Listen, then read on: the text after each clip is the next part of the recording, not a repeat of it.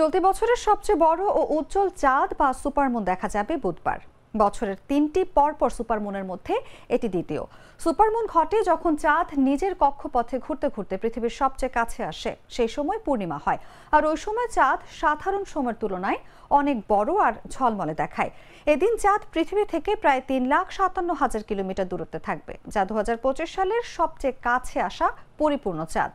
সবচেয়ে ভালোভাবে চাঁদ দেখা যাবে সূর্যাস্তের সময়, যখন এটি পূর্ব আকাশে উঠবে। রাত যত এগোবে এবং চাঁদ আকাশের উচ্চতায় উঠবে, তখন এটি ছোট মনে হতে পারে, কিন্তু প্রকৃতপক্ষে চাঁদের আকার এবং উজ্জ্বলতা অপরিবর্তিত থাকবে।